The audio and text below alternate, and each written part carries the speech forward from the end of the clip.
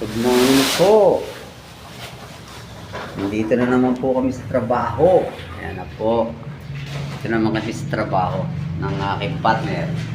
Mamaya na naman po alas 5. Nakabook na naman po kami dalawa sa Food Panda. Ayan po partner ko. Nagbibistay po mag-isa oh. Ayan po. At matatapos na yung aming ginagawa. Konting-konti na lang matatapos na po. Ayan na po. Pag na-finish na namin po lahat ng poste at beam, tapos itong CR naman na po at sunod namin. Tapos na rin po yung aming simento at saka buhangin. Isa na lang po yan. Tapos kalakalahating simento na lang po yan, no? Natitira.